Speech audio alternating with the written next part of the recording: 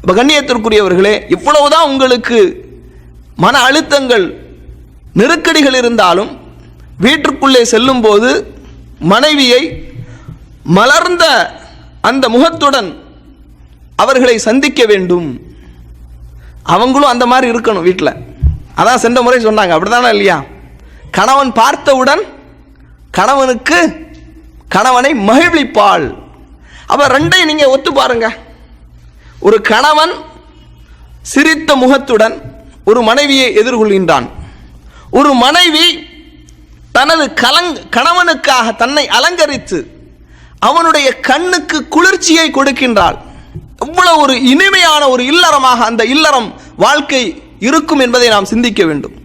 அப்ப முதலாவது விஷயம் என்னவென்றால், மனைவியை சிரித்த முகத்துடன் அணுகுவது. தமிழ்ல சொல்லுவாங்களே, இஞ்சி தின்ன அந்த மாதிரி இருக்கக்கூடாது என்பதை நமக்கு இந்த செய்திகள் உணர்த்துகின்றது. இரண்டாவது விஷயம் என்னவென்று சொன்னால், வீட்டிற்குள் நுழையும் போது நாம் சலாம் சொல்லி நுழைய வேண்டும். இப்படி சலாம் சொல்வது நமது குடும்பத்தினருக்கு நாம் செய்யக்கூடிய ஒரு துஆ என்பதை நீங்கள் மறந்துவிடக்கூடாது. நம்மள பல மக்கள் என்ன நினைக்கிறாங்கன்னா, நம்ம வீடு நாம் ஏன் சலாம் சொல்ல வேண்டும், நம்ம வீடு நம்ம மனைவி நமது பிள்ளைகள் ஏன் அவர்களுக்கு சலாம் சொல்ல வேண்டும்.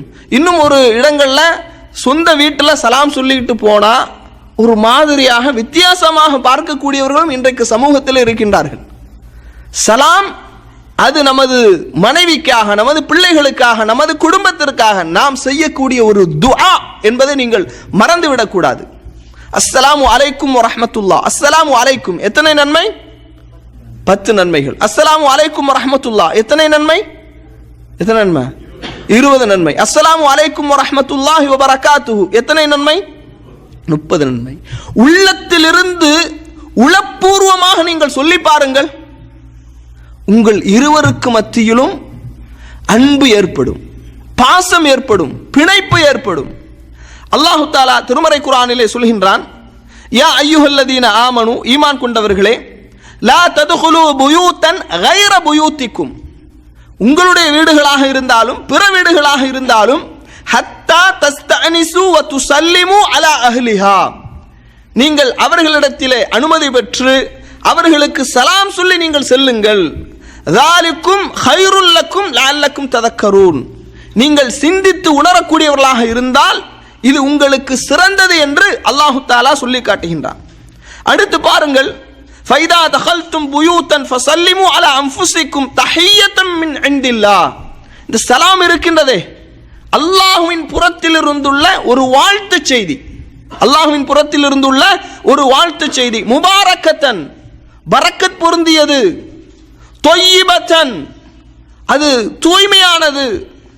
இவ்வாறு அல்லாஹு தஆலா நீங்கள் விளங்கும் பொருட்டு அல்லாஹ் தன்னுடைய வசனங்களை அவன் உங்களுக்கு தெளிவுபடுத்துகின்றான் என்று திருமறை குர்ஆனுடைய 24வது அத்தியாயத்தினுடைய 61வது வசனத்திலே அல்லாஹு தஆலா சொல்லி காட்டுகின்றான். நபிகள் நாயகம் ஸல்லல்லாஹு அலைஹி வஸல்லம் அவர்கள் சொன்னார்கள், லா ததுகுலூனல் ஜன்னத ஹத்தா துமினு, நீங்கள் ஈமான் கொள்ளாத வரை சொர்க்கத்திற்கு செல்ல முடியாது. வலா துமினு ஹத்தா தஹாப்பு, ஒருவரை ஒருவர் நீங்கள் நேசிக்காத வரை ஈமான் கொண்டவராக ஆக முடியாது. அவலா அதுல்லுக்கும் அலா ஷைஇன் இதா ஃபஅல்துமுஹு தஹாபப்தும், உங்களுக்கு மத்தியில் அன்பு ஏற்பட வேண்டும் என்றால் அதற்காக நான் ஒன்றை உங்களுக்கு அறிவித்து தருகின்றேன். அஃப்ஷுஸ் ஸலாம் பைனக்கும், உங்களுக்கு மத்தியிலே நீங்கள் சலாத்தை பரப்புங்கள் என்று நபிகள் நாயகம் ஸல்லல்லாஹு அலைஹி வஸல்லம் அவர்கள் சொல்கின்றார்கள். அப்ப கண்ணியத்திற்குரியவர்களே, உங்களுடைய மனைவியிடத்திலே நீங்கள் சலாம் சொல்ல வேண்டும். சொல்லாமா இன்ஷா அல்லாஹ்? சில பேர் போனை எடுத்த உடனே ஊரில் இருக்கக்கூடியவங்க என்னது, ஹலோ சொல்லு அப்படிங்கிறது இல்லை. சலாம் சொல்லி என்ன செய்ய வேண்டும்? ஆரம்பிக்க வேண்டும். சலாம் சொல்லி அந்த பேச்சை முடிக்க வேண்டும். நீங்கள் அவர்களுக்கு செய்யக்கூடிய ஒரு பிரார்த்தனை என்பதை நீங்கள் என்ன செய்யக்கூடாது? மறந்துவிடக்கூடாது. இது இரண்டாவது விஷயம். மூன்றாவது, நேர்மையான நல்ல வார்த்தைகளை நீங்கள் பேச வேண்டும். நேர்மையாக பேச வேண்டும், நல்ல வார்த்தைகளை பேச வேண்டும். நமது நாவை பேணி பாதுகாத்து வார்த்தைகளை பயன்படுத்த வேண்டும். இன்றைக்கு கணவன் மனைவிகளுக்கு மத்தியில் மிகப்பெரிய இடைவெளி ஏற்படுவது, மிகப்பெரிய விரிசல் ஏற்படுவது, மிகப்பெரிய ஒரு சண்டை சச்சரவுகள் ஏற்படுவதற்கு என்ன காரணம் என்ன அப்படின்னா இந்த நாவு தான். அப்ப நாவை பயன்படுத்தக்கூடிய ஆண்களாக இருந்தாலும் சரி பெண்களாக இருந்தாலும் சரி, நாவை பயன்படுத்தும் போது மிகவும் எச்சரிக்கையாக நாம் என்ன செய்ய வேண்டும், பயன்படுத்த வேண்டும். காரணம், அறிஞர்கள் இந்த நாவை குறித்து சொன்னார்கள், இந்த நாவு என்பது கத்தியை போன்றது. நாம் அதை எப்படி பயன்படுத்துகின்றோமோ அப்படி. கத்தியை வச்சு என்ன செய்யலாம், அப்பளும் வெட்டலாம், அதே மாதிரி ஒரு மனிதனை கொலையும் செய்யலாம். நாவு என்பது கத்தியை போன்றது. பாருங்கள், நபிகள் நாயகம் ஸல்லல்லாஹு அலைஹி வஸல்லம் அவர்கள் சொல்கின்றார்கள், அல் முஸ்லிமு மன் சலிமல் முஸ்லிமூன மின் லிசானிஹி வ யதிஹி. எந்த முஸ்லிம் சிறந்த முஸ்லிம் என்று சொன்னால், யாருடைய நாவின் மூலமாகவும் கையின் மூலமாகவும் ஒருவன் நிம்மதி பெறுகின்றானோ அவன்தான் உண்மையான முஸ்லிம் என்று ரசூலுல்லாஹி ஸல்லல்லாஹு அலைஹி வஸல்லம் அவர்கள் சொல்லுகின்ற செய்தியை நாம் என்ன செய்கின்றோம், பார்க்கின்றோம். அம்ர் இப்னு ஆஸ் ரலியல்லாஹு அன்ஹு அவர்கள் சொன்னார்கள், அல் கலாமு கத்தவா. பேச்சு என்பது அது மருந்தை போன்று. இன் அக்லல்த மின்ஹு நஃபஅ. அதை நீ குறைவாக சாப்பிட்டா என்று சொன்னால் அது உனக்கு பயனளிக்கும். வைன் அக்ஸர்த மின்ஹு கதல. மருந்தாக இருந்தாலும் அதை நீ அதிகமாக பயன்படுத்தினாய் என்று சொன்னால் அது உனக்கு சில வேளை மரணத்தை கூட தரலாம் என்று அம்ர் இப்னு ஆஸ் ரலியல்லாஹு அன்ஹு அவர்கள் சொல்கின்றார்கள். அப்ப கண்ணியத்திற்குரியவர்களே, பேசுவதை நாம் அளந்து பேச வேண்டும், அழகான முறையிலே பேச வேண்டும். ரசூலுல்லாஹி ஸல்லல்லாஹு அலைஹி வஸல்லம் அவர்கள் சொல்கின்றார்கள், இந்த செய்தி சஹீஹ் புகாரியிலே இடம்பெறுகின்றது, இன்னல் அப்த ல யதகல்லமு பில் கலிமத்தி மின் ரிதுவானில்லாஹ். ஒரு அடியான், ஒரு மனிதன், அவன் பேசுகின்றான். அவன் பேசுகின்ற அந்த பேச்சு அல்லாஹ்வுக்கு பொருத்தமான, அல்லாஹ்வுக்கு விருப்பமான ஒரு பேச்சாக இருக்கின்றது என்றால், லா யுல்கி லஹா பாலன் யர்ஃபஅஹு அல்லாஹு பிஹா தரஜாத்தின். அல்லாஹ் தஆலா அந்த மனிதனுடைய அந்தஸ்தை மறுமையிலே அல்லாஹ்வை சந்திக்கும் போது அல்லாஹ் தஆலா அவனுடைய அந்தஸ்தை உயர்த்துகின்றான் என்று நபிகள் நாயகம் ஸல்லல்லாஹு அலைஹி வஸல்லம் அவர்கள் சொல்கின்றார்கள். அதே நேரத்தில் வ இன்னல் அப்த ல யதகல்லமு பில் கலிமத்தி மின் சஹத்தில்லாஹ்.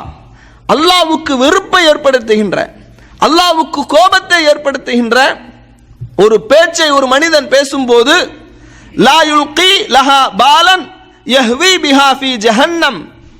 அவன் மறுமையிலே நரகத்திலே தூக்கி வீசி எறியப்படுவான் என்று நபிகள் நாயகம் ஸல்லல்லாஹு அலைஹி வஸல்லம் அவர்கள் சொல்லி காட்டுகின்றார்கள்.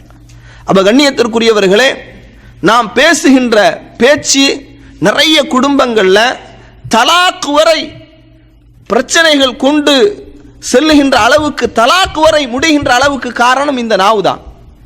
இவர்களும் பேசுவது, அவர்களும் வரம்பு மீறி பேசுவது, விவாதம் செய்து கொள்வது, கணவனுக்கு கட்டுப்படுதல் அல்லது மனைவியினுடைய அந்த விஷயத்தில் அனுசரணையாக நடந்து கொள்ளுதல் என்பதை தாண்டி அதிகமாக பேசுவது. இதன் மூலமாக கணவன் மனைவிக்கு மத்தியில் பிரிவினைகள் ஏற்படுகின்றது. நபிகள் நாயகம் ஸல்லல்லாஹு அலைஹி வஸல்லம் அவர்கள் இன்னொரு செய்தியில் சொல்றாங்க பாருங்க, இன்ன ஃபில் ஜன்னதி குர்ஃபத்தன் யுரா ظاهرها من باطنها وباطنها من ظاهرها أعد الله لمن ألان الكلام. ரசூலுல்லாஹி ஸல்லல்லாஹு அலைஹி வஸல்லம் சொல்றாங்க, அல்லாஹ் தஆலா மறுமை நாளிலே ஒரு மனிதனுக்கு சொர்க்கத்தின் ஒரு அறையை கொடுப்பான். அந்த அறை எப்படி இருக்கும் தெரியுமா?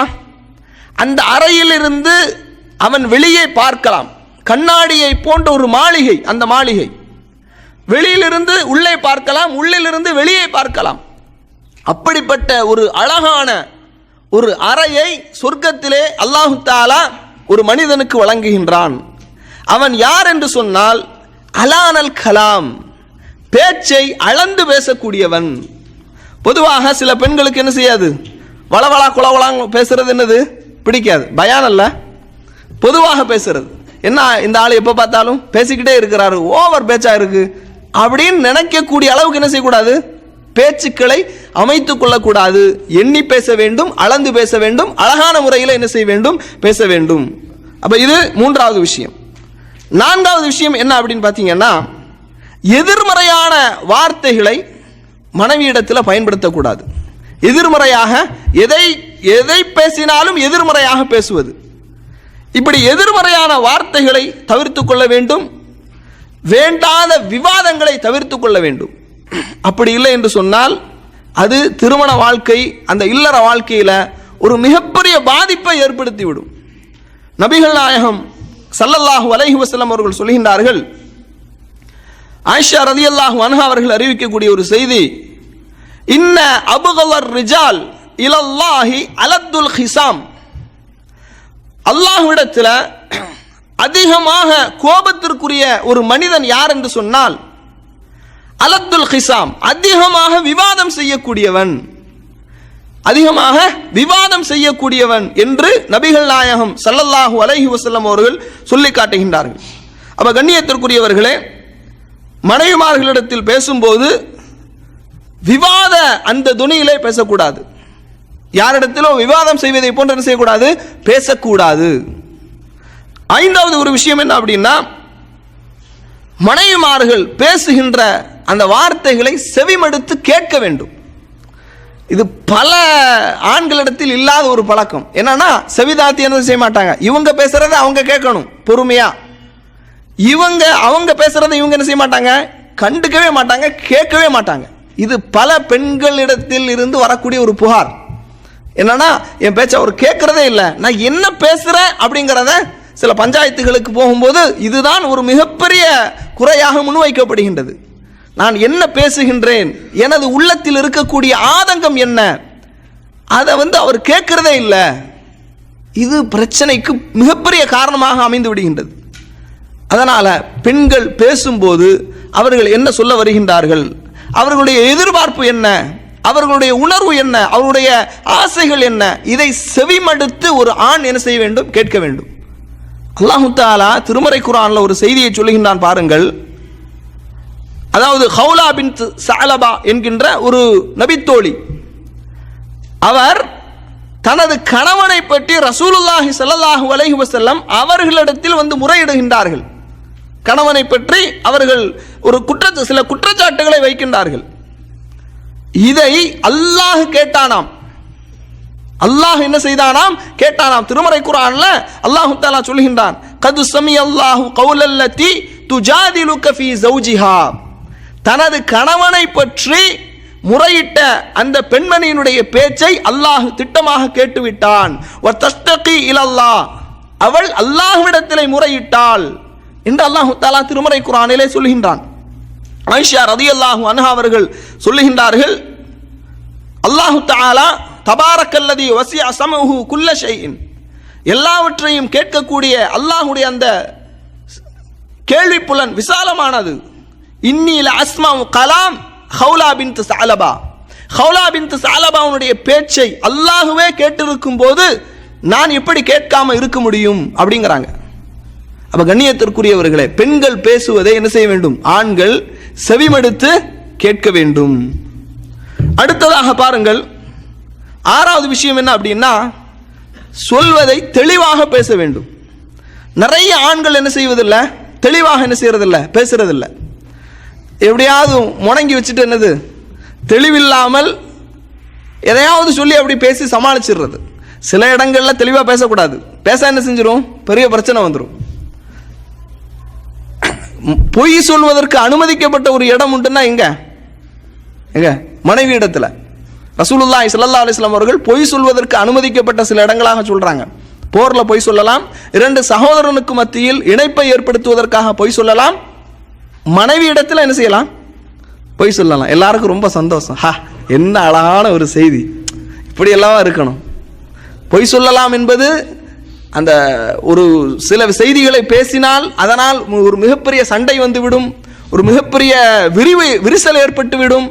இந்த பொய்யை சொல்றது மூலமாக மனைவியை சமாதானம் செய்யலாம் என்றிருந்தால் பொய் சொல்லலாம், மார்க்கத்தில் அனுமதி இருக்கின்றது.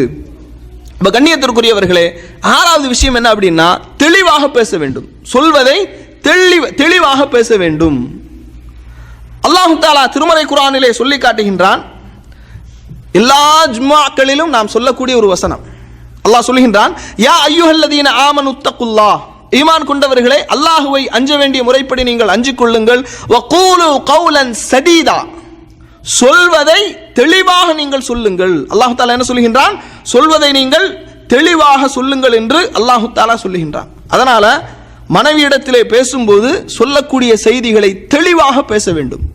அப்படி தெளிவாக பேசும்போது நம்மை பற்றிய ஒரு நல்ல அபிப்பிராயம் ஏற்படும். என்னுடைய கணவர் அவர் எப்படிப்பட்டவர் என்றால், அவர் ஓப்பன் ஹார்ட், அவர் தெளிவாக பேசக்கூடியவர், வெளிப்படையாக நடந்து கொள்ளக்கூடியவர் என்ற ஒரு நல்ல அபிப்பிராயம் மனைவிமார்களுக்கு ஏற்படும். அடுத்து பாருங்கள் கண்ணியத்திற்குரியவர்களே, 8வது விஷயம் என்ன அப்படின்னா, நல்ல விஷயங்களை 7வது விஷயம் என்ன அப்படின்னா, மனைவிமார்களை அன்பாக அழைக்க வேண்டும். சில பேர் வாடி போடின்னு கூப்பிடுறது, வாடின் போடின்னு கூப்பிடலாம், செல்லமா கூப்பிட்டா என்ன இல்லை, பிரச்சனை இல்லை. அதிகார தோரணையில் என்ன செய்வது, கூப்பிடுவது, எல்லோருக்கும் மத்தியில் நிற்கும் போது குரலை உயர்த்தி ஆணாதிக்கத்தை வெளிப்படுத்தும் விதமாக வாடி போடின்னு என்னது கூப்பிடுறது, இதெல்லாம் பொதுவாக, அதிலும் குறிப்பாக இந்த காலத்தில் உள்ள பெண்கள் என்ன செய்ய மாட்டாங்க, விரும்ப மாட்டாங்க. அப்ப கண்ணியத்திற்குரியவர்களே, இந்த மாதிரி பொது இடங்களில் வைத்து சப்தமாக குரலை உயர்த்தி வாடி போடின்னு கூப்பிடுறத தவிர்த்து கொள்ள வேண்டும், அன்பாக அழைக்க வேண்டும். பொதுவாக சொல்லுகின்றேன், ரசூலுல்லாஹி ஸல்லல்லாஹு அலைஹி வஸல்லம் அவர்கள் ஆயிஷா ரலியல்லாஹு அன்ஹா அவர்களை செல்ல பெயரை கொண்டு அன்பாக அழைத்திருக்கின்றார்கள். யா ஹுமைரா, ஹுமைரானா என்ன அர்த்தம்? செக்க சிவந்தவளே, செக்க சிவந்தவளே. ஆயிஷா ரலியல்லாஹு அன்ஹா அவர்களை ஷார்ட் அண்ட் ஸ்வீட்டா ஆயிஷ் என்று அழைத்திருக்கின்றார்கள். இப்படி செல்ல பெயர்களை கொண்டு என்ன செய்ய வேண்டும், மனைவிமார்களை அழைக்க வேண்டும். அழைக்கலாமா? என்ன சவுண்டே வர மாட்டேங்குது, சத்தமா சொல்லுங்க இன்ஷா அல்லாஹ். அடுத்ததாக 8வது விஷயம் என்ன அப்படின்னு பார்த்தீங்கன்னா, நல்ல விஷயங்களை அவர்களோடு பகிர்ந்து கொள்ள வேண்டும். சில கணவன்மார்கள் என்ன செய்வாங்கன்னா, சேலரி கொஞ்சம் கூடிட்டுனா அதை ஒய்ஃப்கிட்ட சொல்ல மாட்டாங்க. சொன்னால் அங்கே என்ன ஆகும், அங்கே செலவீனங்களும் கூடிவிடும், அதிகமாகிவிடும். அப்படிங்கிறதுக்காக மறைக்கிறது. சேலரி விஷயத்துல எல்லாம் கொஞ்சம் வெளிப்படைத்தன்மையாவது என்ன செய்ய வேண்டும், நடந்து கொள்ள வேண்டும். ஏதாவது நமக்கு மகிழ்ச்சியான விஷயங்கள் ஏற்படும் போது அந்த மகிழ்ச்சியை அவர்களோடு பகிர்ந்து கொள்ள வேண்டும். அது மிக முக்கியமான ஒரு விஷயம். அடுத்தது என்ன அப்படின்னு பார்த்தீங்கன்னா, நகைச்சுவையோடு என்ன செய்ய வேண்டும், அவர்களிடத்திலே பேச வேண்டும். நகைச்சுவை உணர்வோடு ரசூலுல்லாஹி ஸல்லல்லாஹு அலைஹி வஸல்லம் அவர்கள் ஒரு சமூகத்திற்கு மிகப்பெரிய வழிகாட்டியாக, மிகப்பெரிய தலைவராக, போர் படை தளபதியாக இருந்தும் கூட மனைவிமார்களோடு ரசூல் ஸல்லல்லாஹு அலைஹி வஸல்லம் அவர்கள் நகைச்சுவையோடு என்ன செய்திருக்கின்றார்கள், நடந்திருக்கின்றார்கள். ஆயிஷா ரலியல்லாஹு அன்ஹா அவர்களோடு ஓட்டப்பந்தயம் நடத்தி இருக்கின்றார்கள். இந்த செய்திகள் எல்லாம் உங்களுக்கு தெரியும். அப்ப நகைச்சுவை உணர்வு என்பது ஒரு மனிதனுக்கு நிச்சயமாக என்ன செய்ய வேண்டும், இருக்க வேண்டும். எப்போதும் உருன்னு என்ன செய்யக்கூடாது, இருக்கக்கூடாது. நகைச்சுவை உணர்வோடு மனைவிமார்களிடத்தில் என்ன செய்ய வேண்டும், நடந்து கொள்ள வேண்டும். அடுத்ததாக இன்னொரு விஷயம் என்னன்னா, அவளுடைய இன்பத்தில் மட்டும் பங்கு கொள்ளாமல் துன்பத்திலும் பங்கு கொள்ள வேண்டும். நிறைய மக்கள் என்ன செய்வாங்கன்னா, சந்தோஷத்தை ஷேர் பண்ணிக்குவாங்க, சங்கடத்தை அது உன்னோட நீ வச்சுக்க, உன் பிரச்சனையெல்லாம் என்ன செய்யக்கூடாது, இங்கே கொண்டு வரக்கூடாது, எனக்கே ஏகப்பட்ட பிரச்சனை இருக்குது அப்படின்னு சொல்லி என்ன செய்யறது, அந்த சங்கடங்களை அவர்களோடு நிறுத்தி வைத்துக் கொள்வது. இதனால் நிறைய பெண்களுக்கு மன அழுத்தங்கள் ஏற்படுகின்றது. யாரிடத்தில் கவலைகளை கொட்டுவது, யாரிடத்திலே கவலைகளை பரிமாறிக்கொள்வது, துன்பங்களை யாரிடத்தில் பரிமாறிக்கொள்வது அப்படிங்கிற அந்த மனவேதனை ஏற்படுகின்றது. அதனால இன்பங்களாக இருந்தாலும் துன்பங்களாக இருந்தாலும் அவளோடு நாம் என்ன செய்ய வேண்டும், பரிமாறிக்கொள்ள வேண்டும். அவள் சொல்லுகின்ற அந்த துன்பங்களை, கஷ்டங்களை செவிதாழ்த்தி கேட்க வேண்டும். அடுத்த கண்ணியத்திற்குரியவர்களே, மிக முக்கியமான ஒரு விஷயம் என்னவென்றால், பிள்ளைகளை பராமரிக்கக்கூடிய விஷயத்தில் மனைவிமார்களுக்கு கணவன்மார்கள் உதவி செய்ய வேண்டும். நிறைய கணவன்மார்களுக்கு இது ஒரு பிரஸ்டீஜ் ப்ராப்ளம் மாதிரி. ஏன்னா என்ன செய்யறதில்ல, ஒரு பேம்பஸை கலட்டுங்க அப்படின்னா கலட்டுறதில்ல. குழந்தை என்ன செஞ்சுருக்கும், ஏதாவது பாத்ரூம் போயிருக்கும், கொஞ்சம் பேம்பஸை கலட்டிதாங்க, அதெல்லாம் உன்னுடைய வேலை, நீ பார்த்துக்க அப்படின்னு ஒதுங்கிடுறது. ஏன்னா சில இந்த மாதிரி இதல்ல ரசூலுல்லாஹி ஸல்லல்லாஹு அலைஹி வஸல்லம் அவர்கள் எந்த அளவுக்கு தங்களுடைய மனைவிமார்களுக்கு பணிவிடை செய்தாங்க அப்படின்னு பார்த்தீங்கன்னா, ரசூலுல்லாஹி ஸல்லல்லாஹு அலைஹி வஸல்லம் அவர்களை ஆட்டிலிருந்து பாலை கறந்திருக்கின்றார்கள், அவர்களே செருப்பை தைத்திருக்கின்றார்கள். ஒரு மனிதன், சாதாரண ஒரு மனிதன் வீடுகளில் சாதாரணமாக என்னென்ன வேலைகளை எல்லாம் செய்வானோ அந்த எல்லா வேலையும் ரசூலுல்லாஹி ஸல்லல்லாஹு அலைஹி வஸல்லம் அவர்கள் செய்திருக்கின்றார்கள் என்பதை நாம் என்ன செய்கின்றோம், பார்க்கின்றோம். அப்போ வீட்டு வேலை என்ன செஞ்சு கொடுக்கலாம், செஞ்சு கொடுக்கலாம். சமையலில் ஹெல்ப் பண்ணலாமா, பண்ணக்கூடாதா? பண்ணலாம். ஏங்க சத்தமாக சொல்லுங்க, சமைச்சே கொடுக்கலாம், தப்பே கிடையாது. சில பேர் என்ன செய்வாங்கன்னா, அது மற்றவங்க என்ன நினைப்பாங்க, நம்ம ஒரு ஆண் சமையலில் ஹெல்ப் பண்ணால் இவன் பொண்டாட்டிக்கு அடிமையாக இருக்கிறான், பொண்டாட்டிக்கு வேலைக்காரியாக இருக்கிறான், வேலைக்காரனாக இருக்கிறான் அப்படின்னு நினச்சிடுவாங்களேன்னு சொல்லி என்ன செய்கிறது, எந்த வேலையும் செய்கிறது இல்லை வீட்டில். அப்படி அல்ல, எல்லா வேலைகளோடும் அவர்களோடு பங்கிட்டு கொள்ள வேண்டும். குறிப்பாக குழந்தையை வளர்க்கக்கூடிய விஷயத்தில் அவர்களோடு நாம் நிறைய ஹெல்ப் பண்ணணும். இதனால தான் சில பெண்கள் என்ன செய்கிறாங்கன்னா, ஒரு குழந்தை போதுங்கிறாங்க. என்ன காரணம் தெரியுமா? உன்னோடு இப்போ போதும் போதும் அப்படிங்கிறதுக்கு என்ன காரணம் அப்படின்னா, பெறுறது நான், வளர்த்துறது நான், அதுக்காக கஷ்டப்படுறது நான், நீங்கள் எந்த ஹெல்ப்பும் பண்ணுறது இல்லை, அதனால் ஒன்றே போதும் அப்படி நிறுத்துறதுக்கு என்ன காரணம்? இவனுடைய எந்த உதவியும் அவர்களுக்கு கிடைப்பதில்லை. அதனால் கண்ணியத்திற்குரிய சகோதரர்களே, பெண்களுக்கு என்ன செய்ய வேண்டும், அவர்களுடைய வீட்டு வேலைகளில், குழந்தைகளை பராமரிக்கக்கூடிய விஷயத்தில், எல்லா விஷயங்களிலும் வேலை அவர்களுக்கு பணிவிடைகள் செய்து கொடுக்க வேண்டும். அடுத்ததாக கண்ணியத்திற்குரியவர்களே, இன்னொரு முக்கியமான விஷயம் என்னன்னா, குறிப்பாக வெளிநாட்டிலே குடும்பத்தோடு இருக்கக்கூடியவர்கள் தங்களுடைய மனைவிமார்களை வெளியிலே அழைத்து செல்ல வேண்டும்.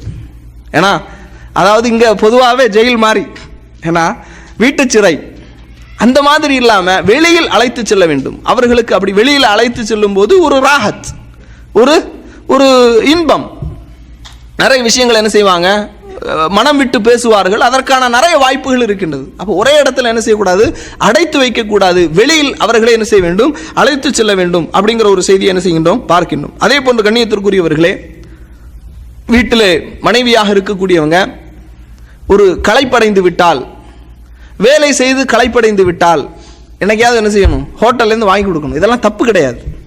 ஏன்னா சில பேர் என்ன செய்யறதுன்னா, ஏன்னா எப்போ பார்த்தாலும் ஹோட்டல்லேருந்து வாங்குறதா, அப்போ எதுக்கு பேசாமல் ஹோட்டல்லே என்ன செய்வோம், எல்லா வேலையும் சாப்பிடுவோம் அப்படின்னு கடினமாக வார்த்தைகளை பயன்படுத்துவது. அப்படி அல்ல, கொஞ்சம் வேலை கஷ்டமாக இருக்கும்போது ஹோட்டல்லேருந்து சாப்பாடு வாங்கி கொடுக்கலாம். இன்னும் சில பேர் என்ன செய்வாங்கன்னா, நீ வீட்டில் சாப்பிடு, நான் வெளியில் சாப்பிட்டுக்கிறேன்னு சொல்லி இவர் பாட்டுக்கு என்ன செய்கிறது, ஃப்ரெண்ட்ஸோடு போய் ரெஸ்டாரண்ட்டில் நல்ல கட்டுன்னு கட்டுறது, வீட்டில் வந்து நான் சாப்பிட்டேன் நீ சாப்பிட்ரு அப்படிங்கிறது. அப்படி அல்ல, உணவை பரிமாறிக்கொள்ள வேண்டும். ரசூலுல்லாஹி ஸல்லல்லாஹு அலைஹி வஸல்லம் என்ன சொன்னார்கள், உங்களுடைய மனைவிக்கு நீங்கள் ஒரு புடி உணவை கொடுப்பது அது ஒரு சதக்கா என்று சொன்னார்கள், தர்மம் என்று சொன்னார்கள். இதெல்லாம் கணவன் மனைவிக்கு மத்தியில் ஒரு அன்பையும் உவப்பையும் ஏற்படுத்தக்கூடிய காரியங்களாக இருந்து கொண்டிருக்கின்றது. அப்போ கண்ணியத்திற்குரியவர்களே, அவர்கள் களைப்பாக இருக்கும்போது என்ன செய்ய வேண்டும், அவர்களுக்கு நாம் எல்லா விதமான உதவிகளையும் செய்ய வேண்டும். அடுத்து என்ன அப்படின்னா, அவர்களிடத்தில் ஆலோசனைகளை பெற வேண்டும். நிறைய ஆண்கள் செய்யக்கூடிய தவறுகளில் இதுவும் ஒன்று. என்னன்னா, பெண்களிடத்தில் எந்த ஆலோசனையும் கேட்கறது இல்லை. முடிவெடுக்கக்கூடிய அதிகாரம், அந்த முடிவெடுக்கக்கூடிய இடத்திலே நாம் இருக்கின்றோம். அர்ரிஜாலு கவ்வாமூன அலன் நிசா, பெண்களை நிர்வகிப்பவர்கள் யார் என்று அல்லாஹ் சொல்கின்றான், ஆண்கள் என்று அல்லாஹ் சொல்கின்றான். காரணம், நீங்கள் அவர்களுக்கு செலவு செய்கின்றீர்கள். இந்த இடத்தில் கூட சிலர்கள் சருகி விடுவார்கள். அவன் பாட்டுக்கு நிறைய வரதட்சணை வாங்கியிருந்தான்னு வைங்களேன், அந்த இடத்துல நிற்காது, அவனால் பேச முடியாது. பொத்துங்க, நீங்கள் போகிறது என்னுடைய காரு, நீங்கள் இருக்கிறது என் வீடு, எங்கள் வாப்பா வாங்கி தந்த வீடுன்றுவாங்க. அப்போ இந்த அர்ரிஜாலு கவ்வாமூன அலன் நிசா, பெண்களை நிர்வகிப்பவர்கள் என்று அல்லாஹ் ஏன் சொல்லுகின்றான்? சிலரை விட சிறப்பித்திருக்கின்றோம், நீங்கள் அவர்களுக்கு செலவு செய்கின்றீர்கள் என்று அல்லாஹு தஆலா சொல்லுகின்றான். அப்ப செலவு செய்யக்கூடிய இடத்தில் இருக்கக்கூடியவங்க யாரு? ஆண்கள். அப்ப கண்ணியத்திற்குரியவர்களே, நாம் செலவு செய்யக்கூடிய இடத்தில் இருந்தாலும் நிர்வகிக்கக்கூடிய இடத்தில் இருந்தாலும் அவர்கள் சொல்லக்கூடிய ஆலோசனைகளை ஏற்றுக்கொள்ள வேண்டும், கேட்டுக்கொள்ள வேண்டும். காரணம், நிறைய உதாரணங்கள் நமக்கு சொல்லலாம். நபிகள் நாயகம் ஸல்லல்லாஹு அலைஹி வஸல்லம் அவர்கள் எத்தனையோ போர்க்களங்களிலே தங்களுடைய மனைவிமார்களுடைய ஆலோசனைகளை எடுத்து செயல்பட்டிருக்கின்றார்கள். ஹுதைபியா உடன்படிக்கையின் போது சஹாபாக்கள்லாம் மொட்டையிட மாட்டோம், அந்த உம்ராவுக்கு போகக்கூடிய அந்த விஷயத்தில் நாங்கள் மொட்டையிட மாட்டோம் என்று நிற்கின்றார்கள். ரசூலுல்லாஹி ஸல்லல்லாஹு அலைஹி வஸல்லம் உடைய மனைவிமார்களை ஒரு மனைவி என்ன செய்றாங்க, அல்லாஹ்வின் தூதர் அவர்களே நீங்கள் மொட்டை அடித்துக் கொள்ளுங்கள், எல்லாரும் செய்ய ஆரம்பிச்சிருவாங்க அப்படின்னு ஒரு ஆலோசனை கொடுக்குறாங்க. அந்த ஆலோசனையை ரசூலுல்லாஹி ஸல்லல்லாஹு அலைஹி வஸல்லம் அவர்கள் நடைமுறைப்படுத்துகின்றார்கள். எல்லா சஹாபாக்களும் அதுக்கு பிறகு மொட்டை அடிக்கிறாங்க. அதனால கண்ணியத்திற்குரியவர்களே, பெண்களுடைய ஆலோசனையை நாம் என்ன செய்ய வேண்டும், நாம் எடுத்துக்கொள்ள வேண்டும், அதை கவனத்திலே கொள்ள வேண்டும். அடுத்து குறிப்பாக, அதாவது இங்க ஃபேமிலியோடு இருக்கக்கூடியவங்களுக்கு பிரச்சனை இல்லை, ஆனால் குடும்பத்தை பிரிந்து இருக்கக்கூடியவர்கள் அதிகமான நாட்கள் அவர்களை பிரிந்து நீங்கள் இருக்கக்கூடாது. இதை மார்க்கம் கடுமையாக தடை செய்கின்றது. எந்த அளவுக்கு அப்படின்னா, ரசூலுல்லாஹ் சஹாபாக்களுடைய உமர் ரலியல்லாஹு அன்ஹுடைய காலகட்டத்தில் போர்க்களத்திற்காக போருக்கு தயாராகும் போது புதிதாக திருமணமானவர்களை உமர் ரலியல்லாஹு அன்ஹு அவர்கள் என்ன செய்வார்கள், திரும்ப அனுப்பி விடுவார்கள் வரக்கூடாது என்று.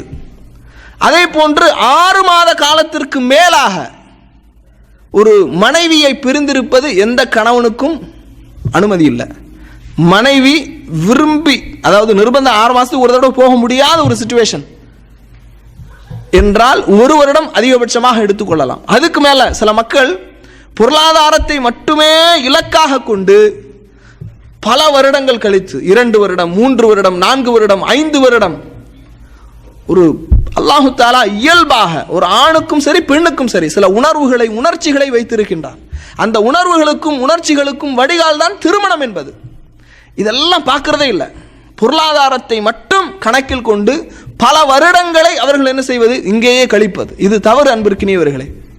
நமது சமூகத்திலே பல தவறுகள் நடைபெறுவதற்கு மிக முக்கியமான காரணம் மனைவியை கணவன் அதிக நாட்கள் பிரிந்திருப்பது. இது மிக அதிகமான இடங்களில் தவறுகள் நடைபெறுவது. அதற்காக எல்லாரையும் சந்தேகப்பட வேண்டும் என்று நான் சொல்லவில்லை. சந்தேகம் கொள்வது இஸ்லாத்தில் தடுக்கப்பட்ட ஒன்று. இன்ன பஅதல் இஸ்முன், நிச்சயமாக சில சந்தேகமானது அது பாவம் என்று அல்லாஹ் சொல்கின்றான். ஆனால் அந்த உணர்வுகளுக்கும் உணர்ச்சிகளுக்கும் மதிப்பளிக்க வேண்டும். அல்லாஹு தஆலா திருமண வாழ்க்கையை இதற்காகத்தான் வைத்திருக்கின்றான்.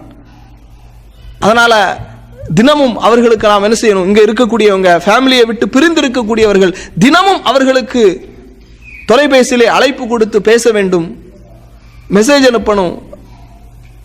இணையதளங்களின் எந்தெந்த வாய்ப்புகள் இருக்குதோ அவர்களோடு தொடர்பில் இருப்பதற்கு எல்லா வாய்ப்புகளையும் பயன்படுத்திக் கொள்ள வேண்டும்.